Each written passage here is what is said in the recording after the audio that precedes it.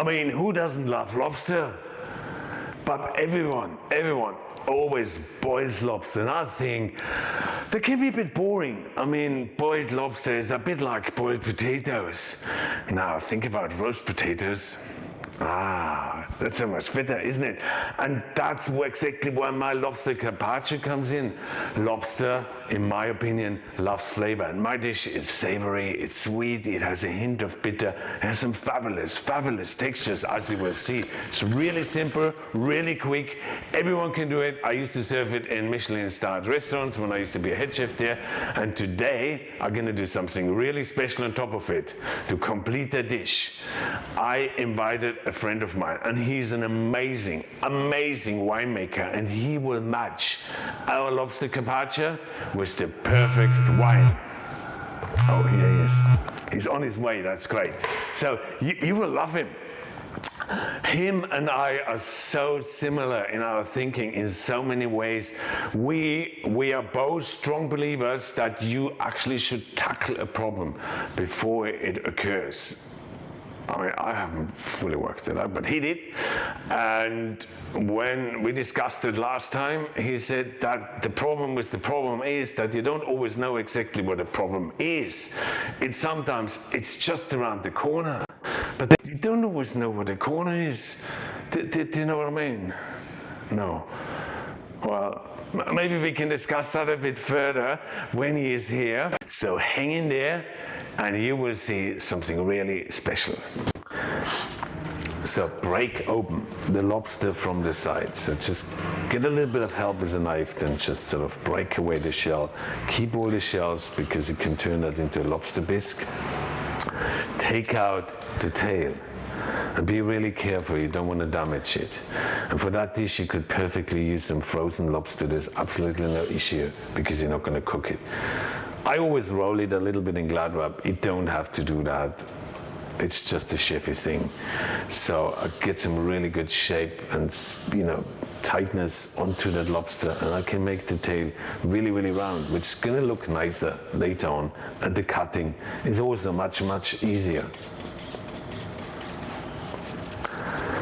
Get some paper, get a ring, because we're gonna make it round, and then just set it on a plate, and then start cutting the lobster, and then just basically fill it into that ring. So you're gonna come across a problem, which means some pieces will not look so good than others. So just try to hide them and put the really nice, pretty pieces on the top. And just keep going around. And it's really good for pre-making because you could literally do that a day or two beforehand. And once it's all ready, you can take it away and put it in the fridge. And then you get some bread. It needs to be a really good and dense sourdough bread, okay? Because you need that flavor, the acidity. Bitter comes in later, and then I just sort of use a half rye, half wheat. I cut it out with a ring, and then I toast it. The bread will shrink a little bit, and you need to toast the bread just before you serve it. So I use a bit of ghee, you can just use some butter. The toast needs to be quite thick because I want it to be really crunchy and golden on the outside, while in the center it should be still wet and chewy. I don't want to have a crouton, I want to have a toast. Then dry it off, and then get some lobster bisque or crab bisque. And you have a recipe and the method and the video for that on my channel. So check that out. You can freeze it down, it's really good. So I'm going to serve it in two textures today. So take some away for the sauce, and to the other half of the lobster bisque, I add a bit of xanthan gum and basically bring it to the same consistency as thickened cream. So, and if I have that, then I can just take that, fill it into my siphon. Yeah. So I'm gonna make a lobster bisque foam. So when I have several textures here, I have loads of textures already. The lobster, the bisque, the foam, the toast, and the most important thing that really ties the whole dish together, I will show you in 1 second. So just fill in the siphon, put the cartilage in it, shake it. You can set it now aside, you can put it in the fridge. A further garnish we need is a little bit of chive. That wasn't the secret, that's coming now. Some chive tips as well. just to make it all look really, really pretty. And now some liver pate. You know, they do always that lobster corral, the French chefs, and they make lobster pate out of the intestines. I always find them a bit dirty, a bit bitter. So I thought something much nicer would be just a really thick smear of liver pate, because that has the same flavor, but just much, much more refined, much sweeter. Now, I do have a recipe for liver pate and the video on my channel, so check that out. And then just you remove the paper, okay, set the toast on it, but don't press it, because I do not want to squeeze the lobster on the other side, otherwise it's not going to look very pretty. Flip it over, remove the paper, and then you can garnish the lobster with some, I have some lobster eggs. You could also use any sort of caviar. A bit of the chopped chive, which will give it sort of a really nice, fresh, garlicky onion note. So lots of flavors, lots of textures, as you can see. I covered all the basics flavors: umami, sweet, sour, bitter. What else is there? I don't know. Anyway, bit of liver pate onto the plate, and then foam around the lobster bisque. So you can see it's going to have an absolutely aerated, amazing texture. Set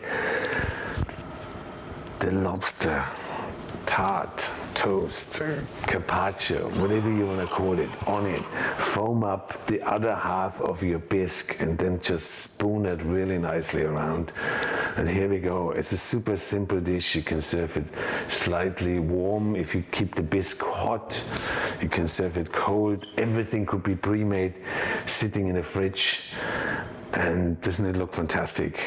Absolutely love that dish. And now in a second, we're gonna match it with the perfect wine. So get ready.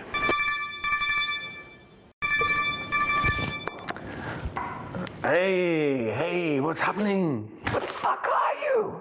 Oh, waiting here for you. What? You lost your license. Police said you're drink driving. Okay.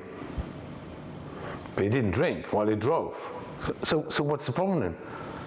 Oh. You had a drink when you stopped at the red lights. You didn't drive. So that's why they took your license. Anyway, if you ask me, I think they got it wrong, and they should give you back your license. You know what I mean?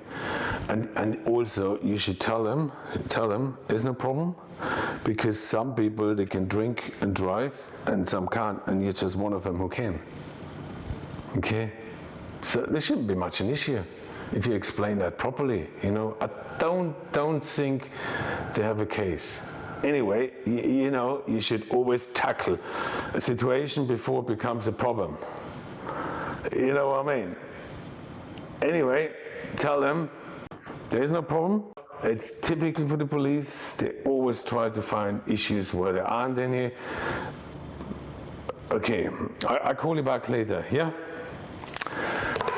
So I'm really sorry, there's no wine matching then today. But instead, check out my video on lobster salad in case you want to upgrade your cooked lobster. And thank you so much for watching, and you have a great day.